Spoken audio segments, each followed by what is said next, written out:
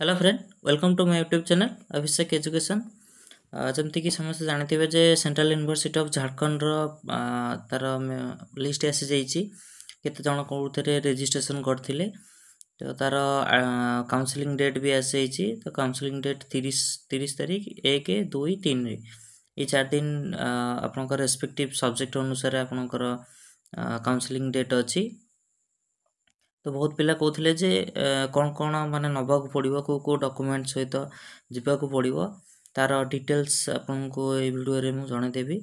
तो ता पूर्व जो पिला माने मो चैनल को नुआक आसछंती जो माने सब्सक्राइब करना प्लीज गोटे रिक्वेस्ट रहा आप चैनल को सब्सक्राइब करेंगे, शेयर करेंगे। धन्यवाद। चलते आम देखा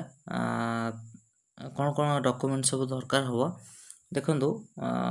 ये भी सेंट्रल यूनिवर्सिटी ऑफ झारखंड रू भी ये नोटिस भी बाहर करते जे कौन कौन तांकर डॉक्यूमेंट दरकार हम से मैंने नोटिफाई कर देते 16 तारीख रे 16/5/2025 रे। तो चलतु देखा देखो कौन कौन डॉक्यूमेंट दरकार हो। फास्ट ऑफ आपन को दरकार हम पासपोर्ट फोटो। आप खाली पासपोर्ट फोटो रखी तो आप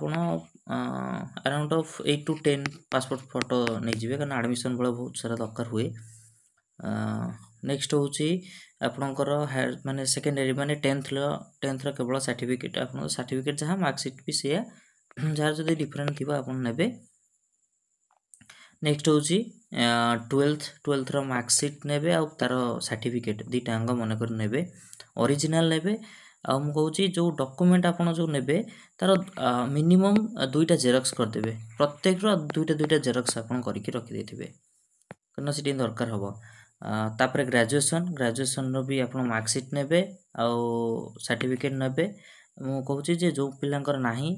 ओरिड हुए जी सेमिस्टर जाके रिजल्ट बाहर तो से तार कॉपी प्रिंट बाहर करके नहीं जाओ है। डोंट वरी जदि सीयूटी स्कोर भल अच्छे आपंकर एडमिशन केवे भी रिजेक्ट हम ना। यूनिवर्सिटी आपन को 2 मंथ टाइम दब है तो ता भीतर आप सर्टिफिकेट पाइबे, डोंट वरी। नेक्स्ट देखा वैलिड डेट ऑफ बर्थ देखो डेट ऑफ बर्थ सर्टिफिकेट तो बहुत पिलांकर नथिबो आप मैट्रिकुलेशन सर्टिफिकेट से 10th सर्टिफिकेट रे आप डेट ऑफ बर्थ सर्टिफिकेट हो। तापरे सीयूटी पीजी एप्लिकेशन फॉर्म यही फॉर्मटा बहुत पिला कहते यहाँ कौ फॉर्म जो फास्ट फॉर्म जो सीयूटी जो अप्लाई है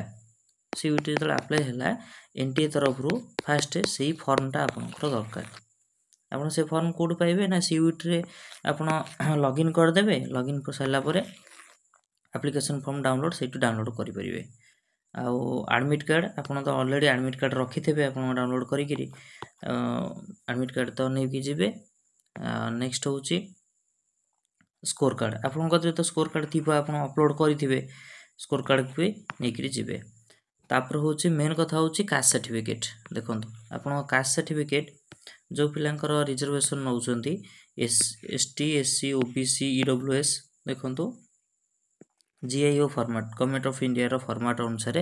आपण ताको रखिबे। तार फॉर्मेट भी मु कहीदेवी केमती कौन हो देखु फॉर्मेट देखिले देखु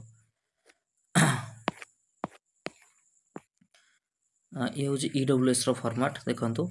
नेक्स्ट 2 नेक्स्ट देखिले ये ओबीसी रो फॉर्मेट है कि ओबीसी रो आ ये हूँ एससी एसटी रो देखु ये सेंट्रल लेवल ये फॉर्मेट। तो एमती फॉर्मेट अच्छी मो टेलीग्राम ग्रुप रे भी दे देछि फॉर्मेट आप गले भी से डायरेक्ट डाउनलोड करी आप बाहर करेंगे। तापर देखा आम मेन कथा हूँ सर्टिफिकेट टी 1 एप्रिल मन रखु 1 एप्रिल 2025 पर ही आप इश्यू होता दरकार पर। तापर सेल्फ डिक्लेरेशन ऑफ ओबीसी देखो से जो जे फॉर्म रे जोटा थिला से को आपण से फिजिकली सील स्टाम्प मारिक नहीं आसबे हो। तापर जो मैंने हैंडिकैप्ड पीच अच्छा तो ऑलरेडी सर्टिफिकेट थी तो से सर्टिफिकेट से माने बाहर करके माने से को जेरक्स नहीं प्लस ओरिजिनल द्वारा नहीं थे। तापर हूँ सर्टिफिकेट भी काश्मीर जो मैंने काश्मीर माइग्रेंट तो अच्छा से मैंने काश्मीर माइग्रेंट अंडरटेकिंग नहीं जाइए। तापर नेक्स्ट हूँ डिफेन्स जो मैंने एक्स सर्विसमैन कोटारे जो मैंने अप्लाई करछंती तो तांकर सेही रिलेटेड डिफेन्स कैटेगरी सर्टिफिकेट आपण नै कि जिवे जो मैंने पीएम केयर चाइल्ड स्कीम अनुसार अछंती सेही भी से सर्टिफिकेट नै कि जिवे आउ इंटरनेशनल नेशनल लेवल जो मैंने स्पोर्ट्स खेली छंती तो तार भी सर्टिफिकेट जदी थिबो आपण से सर्टिफिकेट आपण नेबे आउ जो मानकर आउथर भी कहि दउ जो मानकर ग्रेजुएशन मार्क नाही डोंट वरी आपणकर जेति कि सेमिस्टर जाके मार्क बाहरची से याको नेकी जिबे ता सहित आपण पई गुड न्यूज अछि जे देखंतु जो पिलांकर माने रिजल्ट वेटेड रे अछि 6 सेमिस्टर रो रिजल्ट आसीनी ए पर्यंत से माने चाहिले यूनिवर्सिटी माने फॉर्म बाहर करची ओटा डिक्लेरेशन फॉर्म आपण ए डिक्लेरेशन फॉर्म को फिल करिकरी आपण माने भरिकरी आपण करि परिबे मैक्सिमम आपन को 2 मंथ रो आपन को टाइम मिलिबो डोंट वरी आपन को 2 मंथ रो टाइम मिलिबो सफिशिएंट टाइम मिलिबो आपण माने एडमिशन करि परिबे किंतु ए फॉर्मेट को फिल अप करिकरी आपन नैथिबा दरकार आपन नेम को डिग्री करचंदी कोडी करचंदी यूनिवर्सिटी केते माने केबे रिजल्ट बाहरिबो केते परसेंट अप्रोक्सीमेटली केते परसेंट रहिबो तापरे सील स्टैंप आपण मारिबे एटी स्कूल रो माने जो इंस्टीट्यूट रो अछि से इंस्टीट्यूट रो मारिबे प्लेस डेट देखिरी आपण माने रखिथिबे ए फॉर्मेटटा जाई आपण कॉलेज रे बनै करी आसीबे सेकंड होजी देखंतु जो मनकर सेमती माने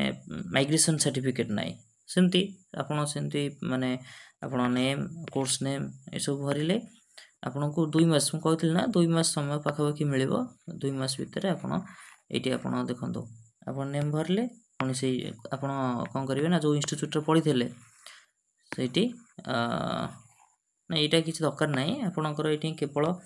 आपण डेट पकेबे आपण पेरेंट का सिग्नेचर मोबाइल नंबर और मेल आईडी खाली प्रोवाइड कर देबे एति कि होची आपणकर डॉक्यूमेंट दरकार हबो आपणकर डॉक्यूमेंट हिसाब रे देखिले आपण लिस्ट अनुसार जति हमें देखिबा पाखापाखि आपण को 16टा माने डॉक्यूमेंट आपण को दरकार हबो